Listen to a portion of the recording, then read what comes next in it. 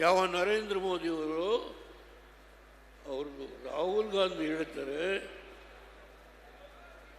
Narendra Modi finance is dead. ಏನಪ್ಪ ಹೇಳೋದು? ನರೇಂದ್ರ ಮೋದಿಯವರ ಆರ್ಥಿಕ ಸುಧಾರಣೆ ಸತ್ತು ಹೋಗಿದೆ. ಅಬ್ಬ, ಯಾರು? ರಾಹುಲ್ ಗಾಂಧಿ. ಒಂದು ಕಡೆ ವೋಟ್ ಚೋರಿ ಹೇಳಿ ಹೇಳಿ ಹೇಳಿ ಬಿಹಾರದಲ್ಲಿ 6 ಸೀಟ್ ಬಂತು. ಆ ವೋಟ್ ಚೋರಿ ಹೇಳಿ ಹೇಳಿ 6 ಸೀಟ್. ಆ 6 ಸೀಟ್ ಬಂದರೆ 6 ಸೀಟ್ಗೆ ಇವತ್ತಾಗಲೇ ಅವ್ರು NDA ಹೊರಟೋರು. 3 ರಾಜ್ಯದಲ್ಲಿ ಕಾಂಗ್ರೆಸ್, 3 ರಾಜ್ಯ. ಇಲ್ಲಿ ಹೇಗೆ ನಡೀತಾ ಇದೆ? ಪ್ರೈಸ್ ರೇವಣ್ಣವರು ಅರೆಸ್ಟ್ ಮಾಡಿದವ್ರಿಗೆ, ಅವ್ರ ಕುಟುಂಬದವರು ಅರೆಸ್ಟ್ ಮಾಡಿದವ್ರಿಗೆ ಪ್ರೈಸ್ ಹೇಳ. ಎಲ್ಲೆಲ್ಲಿ ಯಾವ್ಯಾವ ಜಿಲ್ಲೆಯಲ್ಲಿ ಏನು ನಡೆದಿದೆ ಹೇಳ. ಈ ವಾಯಿನ ಹೊಲಸು ಮಾಡ್ಕೊಳ್ಳೋದಿಲ್ಲ. ಇಡೀ ರಾಜ್ಯದಲ್ಲಿ ಏನೇನು ನಡೆದಿದೆ ನಾನು ಹೇಳಬಲ್ಲೆ. ಆದರೆ ಒಂದು, ನಾನು ನಿಮಗೆ ಏನು ಕೊಡುವ ಶಕ್ತಿ ಇಲ್ಲ. ಹೌದು, ಇಲ್ಲಿ ನಮ್ಮ ಹೆಣ್ಣುಮಗಳು ಭಾಷಣ ಮಾಡೋದು, ಇವರಿಗೆ ರಿಸರ್ವೇಷನ್ ಕೊಟ್ಟರೆ ಯಾರು? ಕೂತಿದ್ದೀನಿ.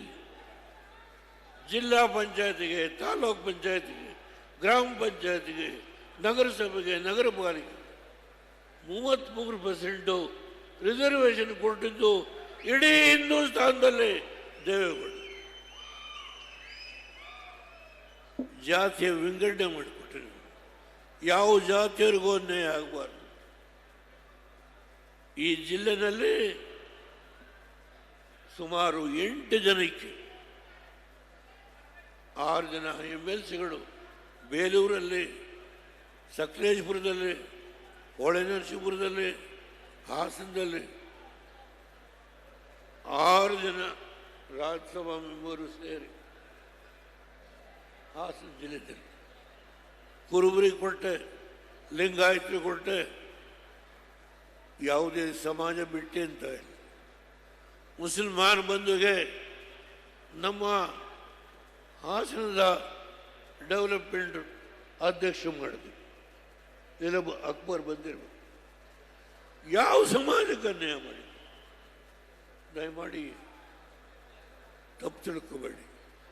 ಒಳ ಮೀಸಲಾತಿ ಬಗ್ಗೆ ಇವತ್ತು ಒಂದು ಲೇಖನ ನೋಡಿದೆ ನಾನು. ಒಳ ಮೀಸಲಾತಿ ಬಗ್ಗೆ, ಆ ಒಳ ಮೀಸಲಾತಿನಲ್ಲಿ ಹೇಗೆ ಅದನ್ನು ವಿಂಗಡಣೆ ಮಾಡಬೇಕು ಅನ್ನೋದ್ರ ಬಗ್ಗೆ ನಾನು ಈಗಿನ ಮುಖ್ಯಮಂತ್ರಿಗಳಿರ್ಬೋದು, ಹಿಂದೆ ಡೆಪ್ಟಿ CM ಆಗಿದ್ದರು, ಪತ್ರ ಬರೆದಿದ್ದಾರೆ. ಯಾವ ಅಂಬೇಡ್ಕರ್ ಅವರು 15% SCಗೆ, 3% STಗೆ.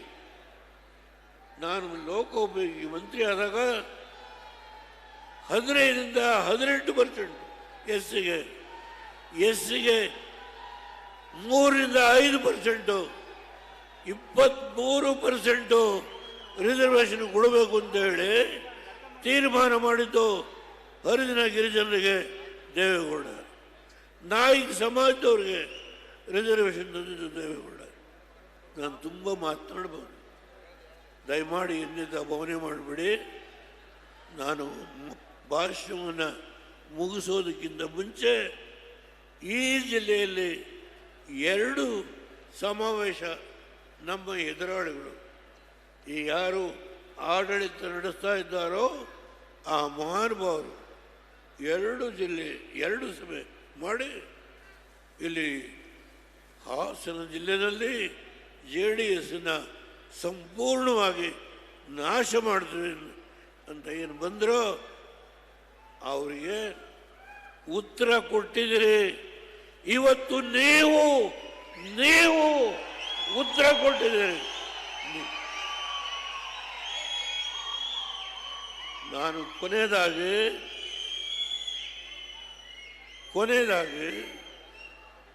ನನ್ನ ಆಸೆ, ಮೋದಿಯವ್ರನ್ನ ಕರೆಸಿ 18 ಎಂಪಿಗಳು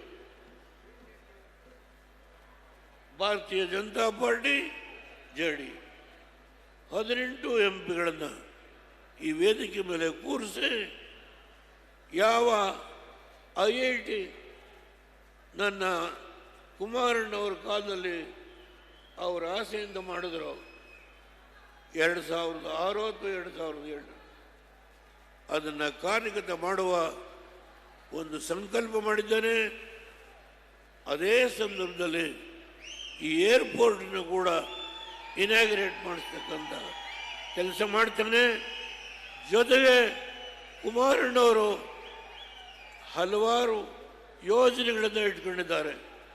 ಇಂಡಸ್ಟ್ರಿಯಲ್ ಕ್ಲಸ್ಟರ್ಸ್ ಅಂತ ಹೇಳಿ, ಭದ್ರಾವತಿ ಐರನ್ ಸ್ಟೀಲ್ ವರ್ಕ್ಸ್, ಹೀಗೆ ನಾನಾ ಯೋಜನೆಗಳನ್ನು ಇಟ್ಕೊಂಡಿದ್ದಾರೆ.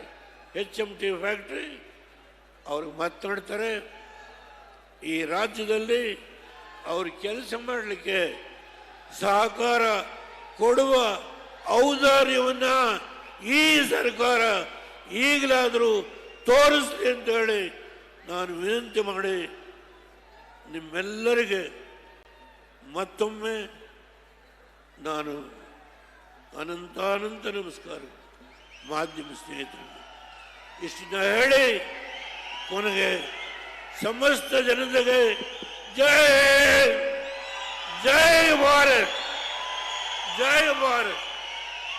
ನಿರ್ಭೀತ, ನಿಷ್ಪಕ್ಷಪಾತ, ವಿಶ್ವಾಸಾರ್ಹ ಸುದ್ದಿಗಳಿಗೆ ಮತ್ತೊಂದು ಹೆಸರಾಗಿರುವಂತ ನ್ಯೂಸ್ 18 ಕನ್ನಡ ಈಗ ಆಪ್ನಲ್ಲೂ ಲಭ್ಯವಿದೆ. ದಯವಿಟ್ಟು ಇಲ್ಲಿರುವ QR ಕೋಡ್ ಅನ್ನ ಸ್ಕ್ಯಾನ್ ಮಾಡಿಕೊಂಡು ಆಪ್ ಅನ್ನ ಡೌನ್ಲೋಡ್ ಮಾಡೋದಕ್ಕೆ ಮರಿಬೇಡಿ. ನಿಮ್ಮ ಬೆಂಬಲ ಹೀಗೆ ಸದಾ ನಮ್ಮೊಂದಿಗಿರಲಿ. ಧನ್ಯವಾದ.